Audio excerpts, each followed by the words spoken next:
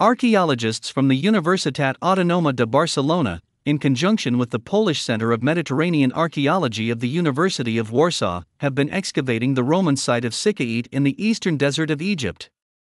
The area was known in antiquity as Mons Smaragdus, given that it was the only place within the Roman Empire where emeralds could be found.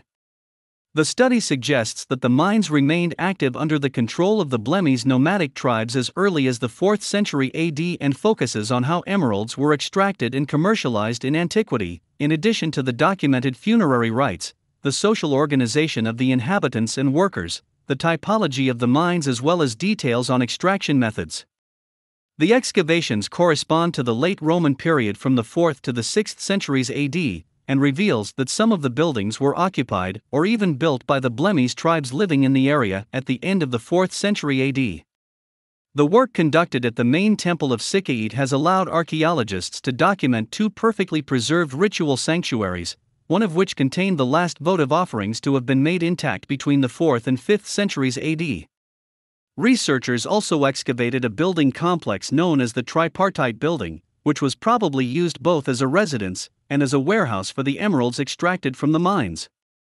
Joan Aller Guzman, lecturer at the UAB Department of Antiquity and Medieval Studies said, "The discovery confirms the relevance of religion and local rituals in the late period, and this suggests that the exploitation of the mines may have fallen into the hands of the Blemmyes during this time before the fall of the Roman Empire."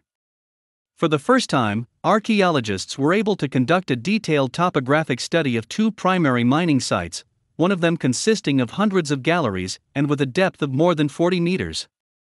The survey also allowed them to determine how work was structured inside the mines. Large-scale mining only began once the most productive veins were identified. These operations included logistical infrastructures such as small settlements, necropolises, ramps, paths, working areas, and watchtowers.